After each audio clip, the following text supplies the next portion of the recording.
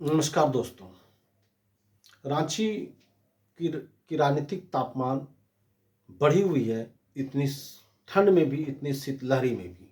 जहाँ एक तरफ ठंड के कारण लोग कहीं न कहीं लोग गर्म कपड़े पहनकर निकल रहे हैं, वहीं रांची की राजनीतिक सरगर्मी पड़ रही है और न केवल झारखंड की पूरी राजनीति का ध्यान अभी रांची पर है, बल्कि देश की राजधानी दिल्ली का भी ध्यान रांची पर है।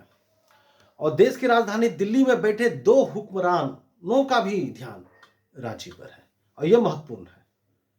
आखिर ऐसा रांची में क्या हो रहा है? तो जैसा कि घटनाक्रम से न्यूज से सूचनाएं आ रही हैं कि 7 सम्मन भेजे गए थे झारखंड के सीएम हेमंत सोरेन को और 7वां सम्मन ये भेजा जा चुका था और उनसे पूछताछ की जानी थी किसी मामले में, भूमि संबंधित और धन शोधन से जुड़े हुए किसी मामले में पूछताछ की जानी थी।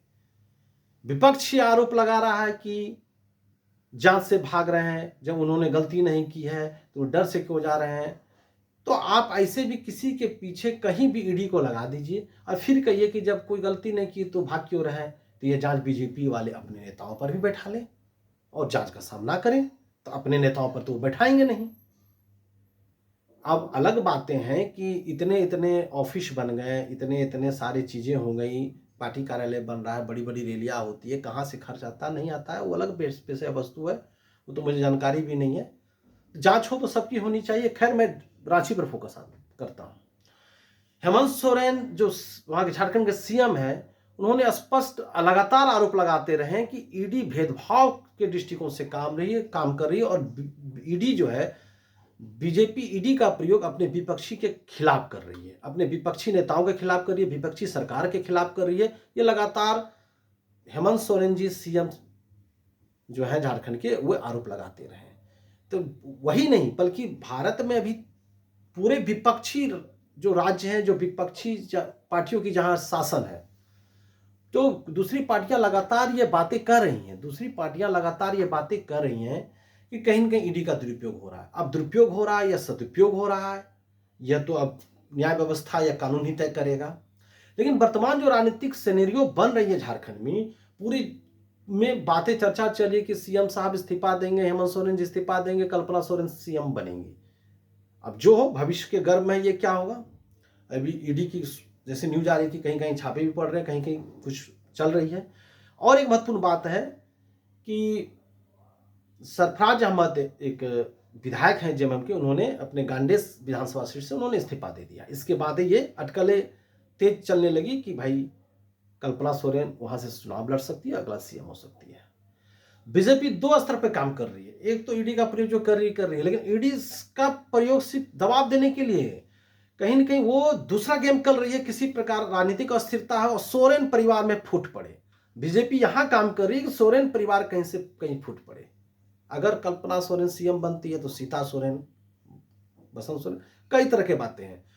और जेएमएम ने और सीएम साहब हेमंत सोरेन ने स्पष्ट कहा है कि कल का जैसा टिप्पणी है कि ऐसा कहीं कोई बातें नहीं है, सारी विपक्षी का शगुफा है और कहीं कोई मैं इस्तीफा देने नहीं जा रहा हूं और कहीं कोई दूसरा सीएम बनने नहीं जा रहा है। कि जो सभी अपने अपने बातें करते हैं, लेकिन मैं यह बातें जो कहना चाह रहा हूं कि इस पूरे घटनाक्रम से जो झारखंड में हो रहा है, उसमें कहीं न कहीं सीएम हेमंत सोरेन ने बड़ी बुद्धिमत्ता से, बड़ी बुद्धि से, बड़ी विवेकशीलता से उन्होंने काम किया है और उन्होंने कहीं न कहीं बीजेपी की साजिश को, बीजेपी के केंद्रीय सत्ता द्वारा विपक्षी जो पार्टी की जो सरकारें जहां जहां वहां के परेशान जिस प्रकार किया जाता है, उन्होंने बड़े तरीके से कहीं न कहीं उन्होंने बीजेपी के साजिश को एक्सपोज किया है।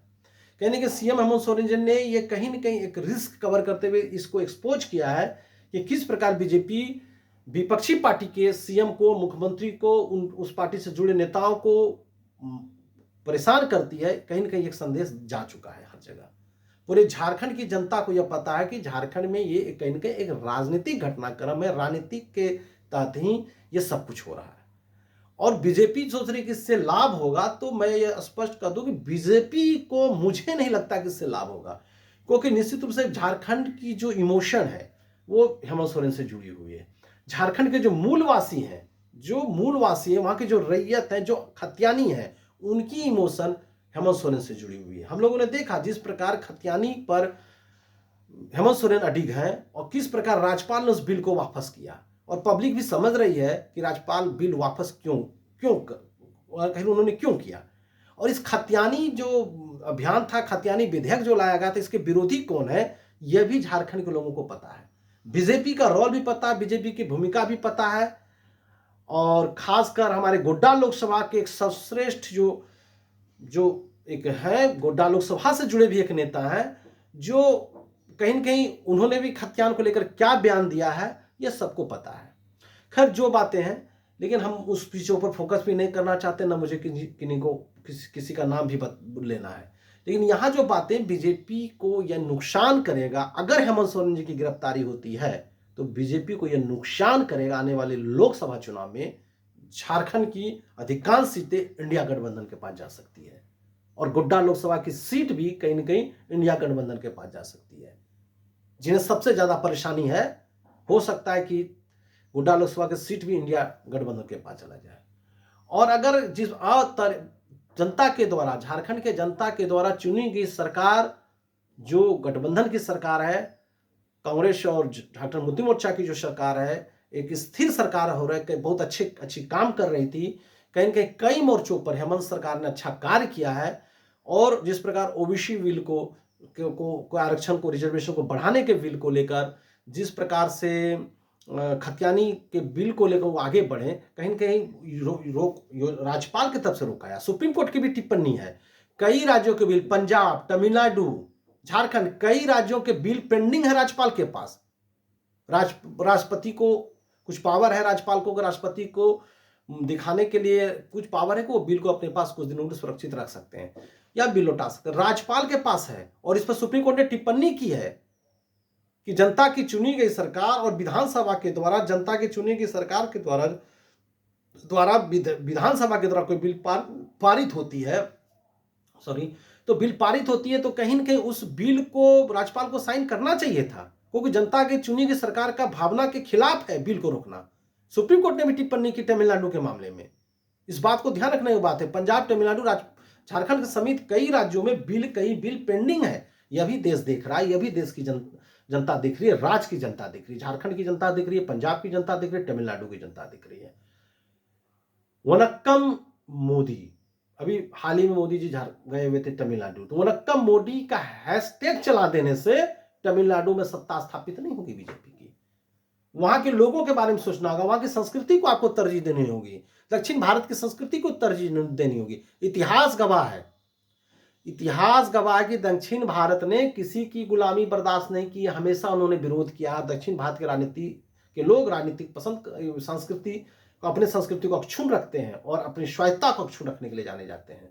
तो हैशटैग ट्विटर पे आईटी सेल के द्वारा चलाया जाता है, और इस आईटी सेल वाले जो हैशटैग है वनक्कम मोदी, जिसमें और तमिल भाषा में टाइप करके एक तमिल भाषा में चला देने से कमेंट को सबको पता है कि कैसे ये मैनेज किया जाता है, कैसे मैनेज हो रहा है। उसमें तमिलनाडु के आम लोग उस हैशटैग के में और तमिल भाषा लिखने में कितने शामिल हैं वो सबको पता है कि कैसे मैनेज होता है। वो जो दिखाने की कोशिश हो रही है हैशटैग के द्वारा, तमिलनाडु पर आप सत्ता स्थापित नहीं कर सकते, तमिलनाडु पर शासन नहीं कर सकते। वहां की लोगों के मर्म को, वहां की लोगों के समस्याओं को समझनी पड़ेगी। निश्चित रूप से वहां स्टालिन बेहतर कर रहे हैं, उन्होंने ओबीसी रिजर्वेशन को भी बढ़ा दिया है। वहां पर ज्यादा सामाजिक न्याय की जो लड़ाई है, और स्कूल, सामाजिक न्याय, शिक्षा और स्वास्थ्य के मामले में सबसे अधिक अगर समावेशी नीतियां चल रही है तो तमिलनाडु में मौजूद है। वहां की शिक्षा, स्कूल शिक्षा भी बेहतर है। तो निश्चित रूप से तमिलनाडु के लोगों की चुनी गई सरकार है स्टालिन, तो वहां भी परेशान करना है, झारखंड में भी परेशान करना है, पंजाब में भी परेशान करना है, बिहार में एन करण चुने हुए सरकार को परेशान करना है। तो इससे कहीं के राज्य की जनता की जो है भावना उस चुनी गई सरकार से जुड़ेगी। और हेमंत सोरेन को मेरा तो यही कहना कि इस्तीफा नहीं देना चाहिए, जो ईडी को कार्रवाई करनी है करे, और हेमंत सोरेन की गिरफ्तारी अगर होती है तो जेएमएम को फायदा होगा, गठबंधन को फायदा होगा, इंडिया को फायदा होगा, और मजबूती के साथ जेएमएम उभर कर सामने आएगा, और बीजेपी को कहीं नुकसान होगा। और हो सकता है कहीं कई लोकसभा सीटें जो बीजेपी के पास अभी है, हो सकता है उसके हाथ से लोकसभा 2024 में नहीं फिसल जाए। देश की राजनीति में क्या होगा, दिल्ली की राजनीति में क्या होगा, तो वो तो खैर जो है, लेकिन मैं झारखंड में स्पष्ट करता हूं कि कई ऐसी सीटें हैं लोकसभा की, वो बीजेपी कहां से फिसल सकती है। राज्य देख रहा है कि किस प्रकार कहीं न कहीं विपक्षी जो पार्टियों की जहां-जहां सरकारें हैं उसको किस प्रकार तंग किया जाता है। तो इसलिए कहीं न कहीं जनता की चुनी गई सरकार है, उन्हें कार्यकाल पूरा करने दिया जाए और आगे फिर चुनाव में जवाब दें। लोकतंत्र में सबसे बेहतर तरीका है कि चुनाव में जवाब देना। अगला बार विधानसभा के चुनाव होगी, 24 के ही दिसंबर में विधानसभा की चुनाव होगी। बीजेपी पूरे दमखम से चुनाव लड़े और फिर वो चुनाव लड़के अपने एजेंडा को तय करे, जन मुद्दे की बातें को उठाए और सत्ता में आए। लेकिन चुनी गई सरकार को कई तरीके से तंग करने का प्रयास कहीं न कहीं, और वो एक तरीके से ये कहीं न कहीं जो प्रवृत्तियां हो रही है, इसी से सुप्रीम कोर्ट की भी टिप्पणी कुछ-कुछ आती रही है कि जो भी जांच हो, अगर गलत है तो उसे दोषी को पकड़ा जाए, गलत किया गया तो उसे सजा दिया जाए, लेकिन निष्पक्षता तो रहनी चाहिए ना, निष्पक्षता रहनी चाहिए। अगर वहां पर कुछ गलत हो रहा है, अगर कहीं ना कहीं हेमंत सोरेन जी सीएम साहब कहीं कहीं की कहीं गलती है, तो गलती है तो उसकी जांच होनी चाहिए, उसमें कहीं कोई आपत्ति नहीं है। लेकिन जिस प्रकार की बीजेपी इन चीजों को ले रही है, वो चीज से झारखंड की जनता से बीजेपी और दूर चली जाएगी। कुछ ही लोग उनके साथ रहेंगे जो उनके वोटर हैं, वही लोग रहेंगे, उनके वोटर बढ़ेंगे नहीं। तो बीजेपी को पूरे घटनाक्रम से नुकसान होगा और ये आने वाले समय में हम लोग देखेंगे कैसे उन्हें लोकसभा में भी नुकसान होगा और विधानसभा में चुनाव होगा, चाहे वो कितना भी इमोशनल पॉलिटिक्स कर रहे हैं, इमोशनली मुद्दों के इर्द गिर्द पॉलिटिक्स करें, लेकिन नुकसान होगा। क्योंकि निश्चित रूप से हेमंत सोरेन की गिरफ्तारी अगर होती है तो जेएमएम महागठबंधन और मजबूती से उभर कर सामने आएगा और बीजेपी को कहीं ना कहीं मेरे ख्याल से नुकसान होगा। अब देखेंगे हम लोग 24 लोकसभा चुनाव में और 25 विधानसभा चुनाव में क्या होता है। निश्चित रूप से जनता के द्वारा चुनी गई सरकार को बदला जनता के वोट से ही बदला जाना चाहिए, किसी अन्य प्रकार से नहीं लोकतंत्र में। चलिए, बहुत बहुत धन्यवाद। हम लोग बने रहेंगे झारखंड और के रांची पर, मेरी नज़र है कि वहाँ पर क्या घटनाक्रम घटती है। आगे मैं इस पर अपडेट करूंगा, इस पर बातें करूंगा, लेकिन सीएम हेमंत सोरेन साहब की दाद देनी पड़ेगी। उन्होंने कहीं न कहीं उन्होंने केंद्रीय एजेंसी को एक्सपोज कर दिया और वो अपना काम करते चले जा रहे हैं, अच्छा काम कर रहे हैं, बेहतर काम कर रहे हैं और अब देखना है कि आगे क्या घटनाक्रम करवट लेती है। बहुत बहुत धन्यवाद। आप जुड़े रहे मेरे यूट्यूब मंच से।